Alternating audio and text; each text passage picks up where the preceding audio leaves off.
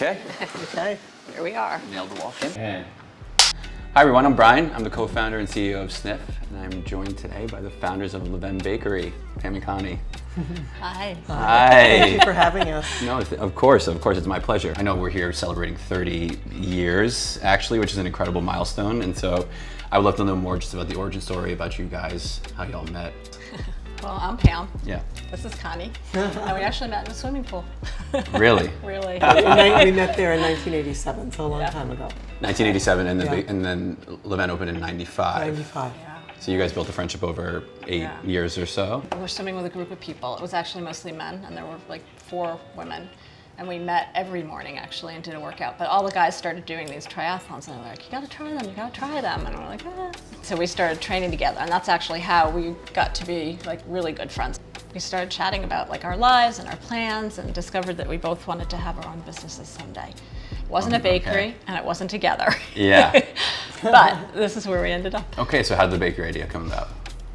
To make a really long story short, I was definitely looking to have some kind of a career change. Connie, what did you do before? I kind of, you name it.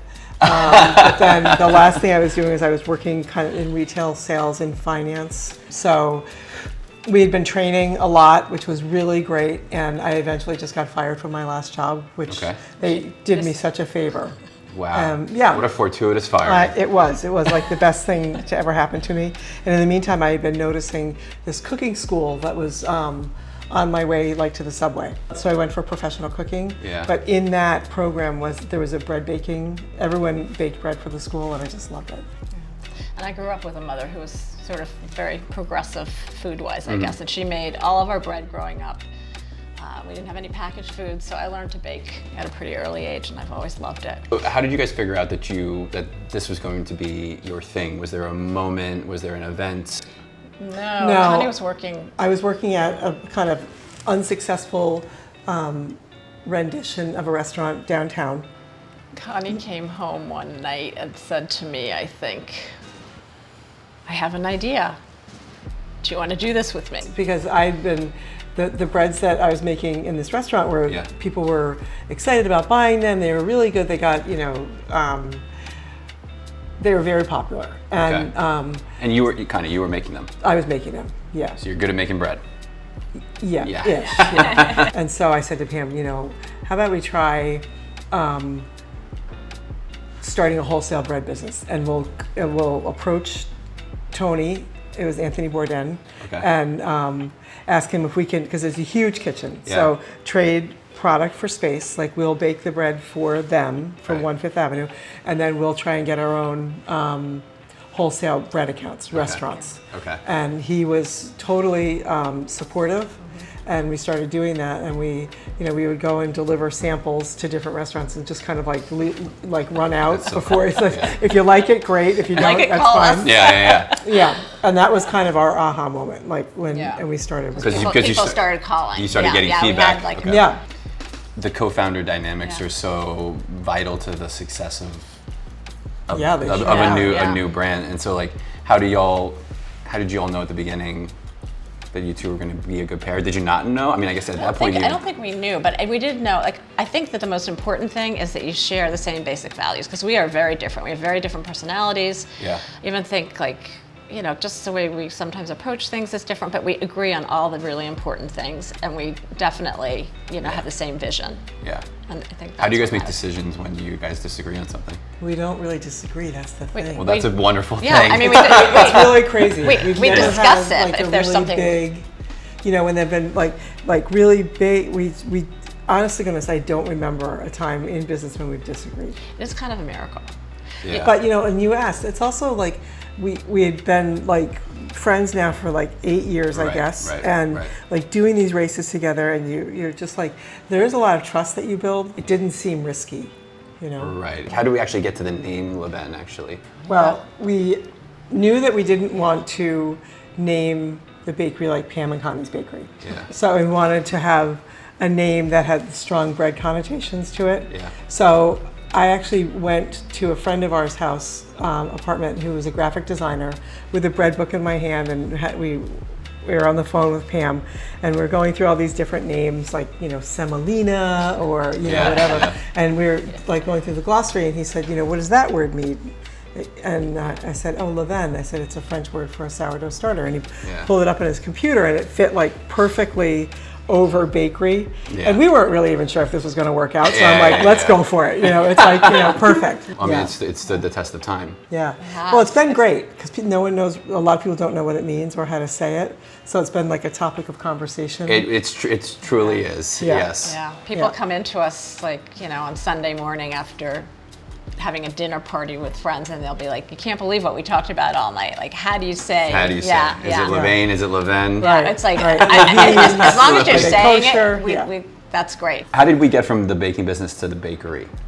It started growing, and we were doing probably better than the restaurant at a certain point, and we knew we had to find our own space. So we started looking. We told all our friends, like, look for spaces, because we had no money. It was just the two of us. And we also knew that we pretty much from the beginning had a vision of doing, having a retail business where we could be part of a neighborhood and part of a community and things. So that was really important to us. So a friend of ours was running home from a run in the park, and she ran across 74th Street, and she saw the space, and she called us to go, I found a space, go look. And so we did.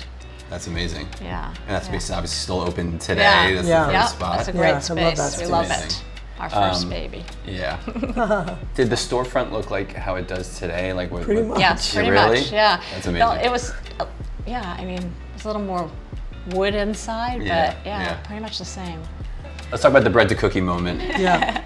When did that transition happen? What inspired it? We were making these cookies for ourselves, both of us, and in the beginning, for like the first month or two, I kept my day job just so we'd have some additional income. One day I came in after work, and Connie had made a batch of these cookies, and a batch being like a dozen.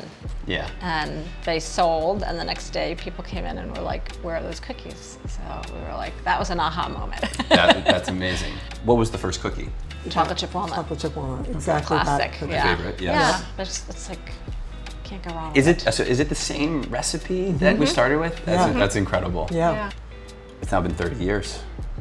So when did y'all know that you had something that was generational and could stand the test of time? Or did it never feel like you were trying to build something bigger than just like every day? Yeah, it never felt like our goal wasn't to build anything bigger. Our goal was to have this amazing space there. We wanted to have a great place for us to come to work every day, for our team members, our vendors, our customers. We just wanted to make the best product we could make, and we only made things that we really like.